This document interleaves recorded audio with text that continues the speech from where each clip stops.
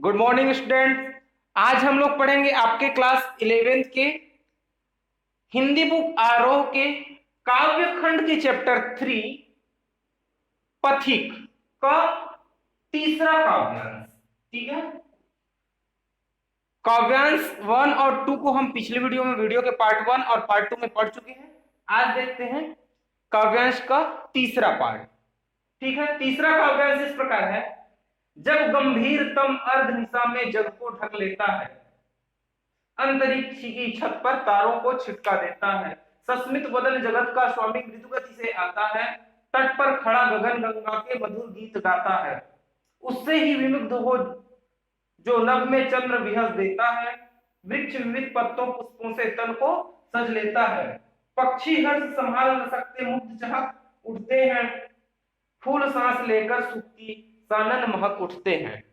ठीक है, तो ये तो हुआ एक पद्यांश। इसका अगर हमको प्रसंग लिखना है तो प्रसंग में हम लिखेंगे कि प्रस्तुत पद्यांश में कविवर राम नरेश त्रिपाठी जी ने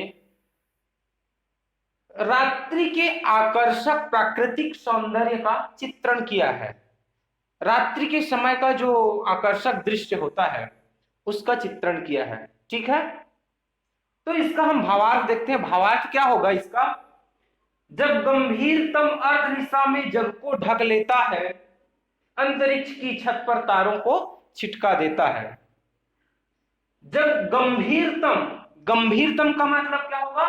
जब तम का मतलब होता है अंधकार, तो इसको हम क्या बोलेंगे? गहरा अंधकार। ठीक है, अर्धनिशा, अर्ध मतलब आधी, निशा मतलब रात्रि, अर्धरात्रि में जग को ढक देता है, ढक लेता है।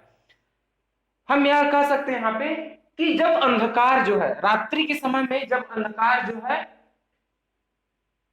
इस संसार को पूरी तरह से अंधेरे से ढक लेता है और अंतरिक्ष की छत पर तारों को छिटका देता है।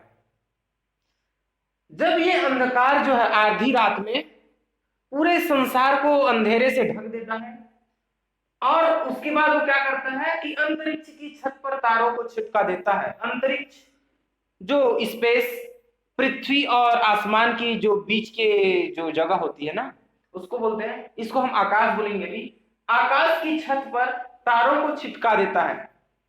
तो उस पर तारों को छिटका देने का मतलब वहां पे तारे निकल आते हैं जैसे ही रात्रि होती है और उस समय आसमान में तारे जो है दिखाई देने लग जाते हैं। उसी को बोला गया है यहाँ पे कि अंतरिक्ष की छत पर तारों को छिटका देता है, मतलब तारे जो है निकल आते हैं। सस्मित वदन जगत का स्वामी मृदु गति से आता है। ठीक है, तट पर खड़ा गगन गंगा के मधुर गीत गाता है। सस्मित वदन मतलब प्रसन्न चित्त होकर, प्रसन्न होकर के, प्रसन्न चित्त होकर के, जगत का स्वामी मतलब ईश्वर को बोला गया है। जो ईश्वर है, जो जगत का स्वामी है, इस संसार का जो स्वामी है, इस संसार का जो ईश्वर है, वो प्रसन्न होकर मृदु गति से आता है। लेकिन इस जगत का स्वामी किसको कहा गया है यहाँ पे? ईश्वर किसको बोला गया है? सूर्य को बोला गया है। जब प्रसन्न होकर, प्रसन्न चित्त से जगत का स्वामी जो सूर्य है वो मृदु गति से आता है। जब अर्धरात्रि हो जाती है तो ये सूर्य जो है, जो जगत का स्वामी माना गया है, जिसे वो मृदु गति में मतलब धीरे से वो आता है। लेकिन यहाँ पे अर्धरात्रि में कोई सूर्य आता है क्या? नहीं आता है। तो यहाँ सूर्य जो है आकर के छिप करके देखता है। कवि का मतलब ये है, यहाँ पे आगे हम पढ़ेंगे कि तट पर खड़ा गगन गंगा के मधुर गीत गाता है। और ये जो है उस तट पर खड़ा होकर के, तट पर खड़ा गगन गंगा के, गगन गंगा मतलब, गगन का मतलब हुआ आकाश, गंगा तो आकाश गंगा बोल सकते हैं ना, मतलब आकाश रूपी जो गंगा है उसके तट पर ये सूर्य जो है खड़ा होकर के क्या करता है? मधुर गीत गाता है। वहां पे वो गीत गाने लग जाता है। यहाँ पे कहने का मतलब ये है कि प्रसन्न चित्त हो करके जब जगत का स्वामी सूर्य जो है धीरे धीरे आने लग जाता है और आते आते वो जो है गगन रूपी जो गंगा है ना, आसमान रूपी जो गंगा है, उसके तट पर खड़ा हो जाता है और खड़ा होकर के मधुर गीत गाता है। कहने का मतलब यह है कि आकाश में जो सूर्य है वो छिप जाता है, आकाश में वो छिप करके ये सब चीज वो प्रकृति की सौंदर्यता का वो रसपान करता है, मतलब इस सुंदरता को वो देखने लग जाता है। उससे ही विमुग्ध जो हो नभ में चंद्र विहस देता है, उससे विमुग्ध होकर के, विमुग्ध होना मतलब, विमुग्ध मतलब होता है मोहित होकर के, फिर उससे क्या होता है, विमुग्ध होकर के, मोहित होकर के, जो हो नभ में चंद्र विहस देता है, नभ मतलब आकाश में, चंद्र मतलब चंद्रमा, विहस देता है मतलब हंस देता है, उससे मोहित होकर के चंद्रमा जो है हंसने लग जाता है, वो भी हंस देता है। और वृक्ष विविध पत्तों पुष्पों से तन को सज लेता है, और जितने भी वृक्ष हैं, जो पेड़ है, वे जो है पत्तों और पुष्पों से, पत्तों और फूलों से, पत्तियों से और फूलों से तन को सज लेते हैं, अपने आप को पूरी तरह से ढक लेते हैं और सजा लेते हैं। रात्रि के समय जो पेड़ पौधे दिखाई देते हैं, जैसे सुंदर दिखाई देते हैं, उसके बारे में कहा गया है कि वृक्ष विविध पत्तों पुष्पों से तन को सज लेता है। रात्रि के समय में ये वृक्ष जो है सुंदर दिखाई देने लगते हैं, इनके जो फूल है वो और इनकी पत्तियां हैं वो, ठीक है। पक्षी हर्ष संभाल न सकते मुग्ध चहक उठते हैं। पक्षी जो है अपनी खुशियों को संभाल नहीं पाते हैं और वो क्या करने लग जाते हैं, अपने आप चहकने लग जाते हैं। फिर है फूल सांस लेकर सुख की सानंद महक उठते हैं।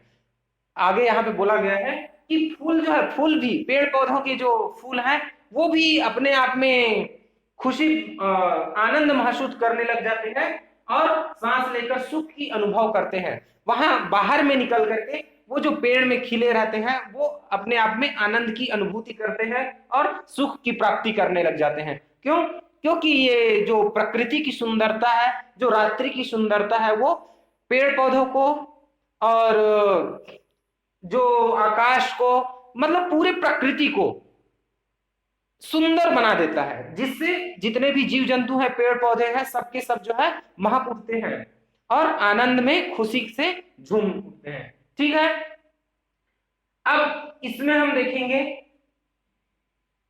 जो काव्य सौंदर्य है उसको। काव्य सौंदर्य में हम भाव सौंदर्य में क्या लिख सकते हैं, काव्य सौंदर्य के अंतर्गत भाव सौंदर्य की जो प्रसंग में बोला था उसी को हम लिख सकते हैं कि इसमें जो है कवि ने रात्रि के आकर्षक प्राकृतिक सौंदर्य का चित्रण किया है, ठीक है। और क्या बोल सकते हैं, इसमें जो सूक्ष्म प्रकृति का निरीक्षण शक्ति के साथ में कल्पना शक्ति का भी परिचय दिया, इसमें कल्पना का वो प्रयोग किए हैं, ठीक है। इसके बाद कला सौंदर्य अगर हम देखें तो कला सौंदर्य में सबसे पहले हम देख लेते हैं अलंकार योजना के बारे में देखते हैं। तो अलंकार योजना में देख सकते हैं कि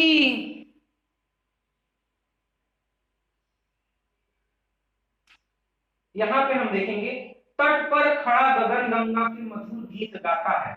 यहाँ पे ग ग ग की आवृत्ति है तो अनुप्रास अलंकार है वहां पे।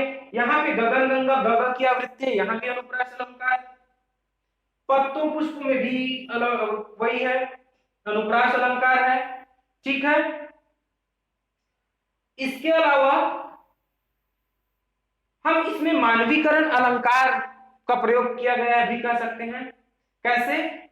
जो चंद्र है, फूल सांस, ये तो यहां पर जो जगत का स्वामी है, यहां पर मानवीकरण का प्रयोग किया है, मतलब जो इसमें जगत का स्वामी है, चंद्र है, फूल है, पेड़ पत्ते हैं आदि में मानवीकरण किया गया है, तो हम इसको बोल सकते हैं कि यहाँ पर मानवीकरण अलंकार है, ठीक है। अनुप्रास अलंकार देख लिए, मानवीकरण अलंकार भी देख लिए। इसके अलावा हम देख सकते हैं कि पत्तों पुष्पों और अर्धदिशा,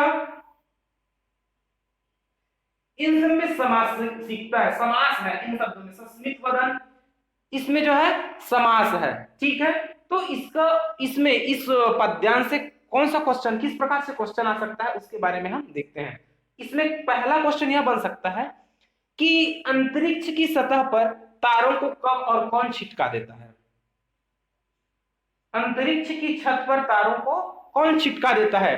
तो हम लिख सकते हैं कि जब अर्धरात्रि में गहरा अंधकार हो जाता है तो सारे, और ये जो गहरा अंधकार जो है सारे संसार को ढक लेता है, तो उस समय प्रकृति धरती और आकाश के मध्य जो है क्या करते हैं, खुली सतह पर, मतलब क्या कह सकते हैं कि आकाश की छत पर तारों को छिटका देता है। ठीक है, कौन छिटकाता है? प्रकृति जो है।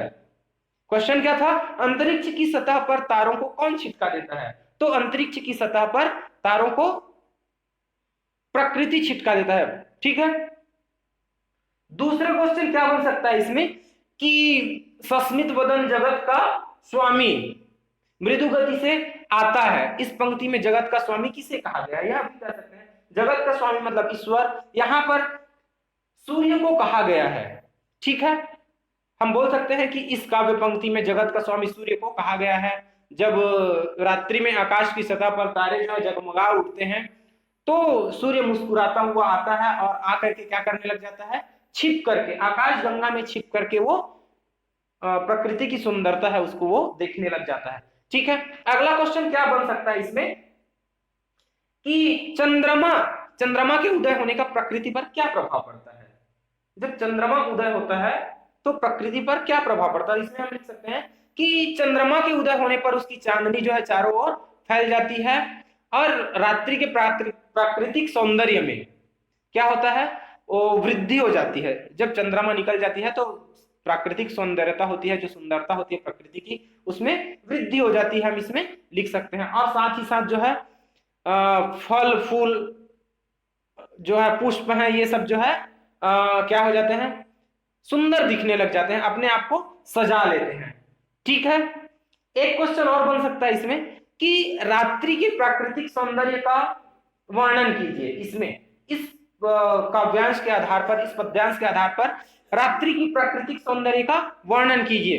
तो इसमें आप लिख सकते हैं कि जब अर्धरात्रि में सारे संसार में जो है अंधेरा छा जाता है तो आकाश में तारे जो है बिखर जाती है और जगत का स्वामी जो सूर्य है वो मंद गति से आता है और आकाश गंगा के किनारे में खड़े होकर वो मधुर स्वर में गाने लग जाते हैं। ठीक है, और यह भी साथ साथ यह भी लिख सकते हैं कि रात्रि में जो चंद्रमा है अपनी जो किरण है उसको सभी तरफ बिछा देते हैं, जिससे पेड़ पौधे जो है सुंदर दिखाई देने लग जाते हैं और पेड़ पौधे जो है आनंद से, सुख के आनंद से महक उठते हैं। ठीक है, उम्मीद करता हूं कि ये काव्यांश जो है, पद्यांश जो है आपके समझ में आई होगी। वीडियो के अगले पार्ट में हम चौथे काव्यांश को पढ़ेंगे। ठीक है, थैंक यू।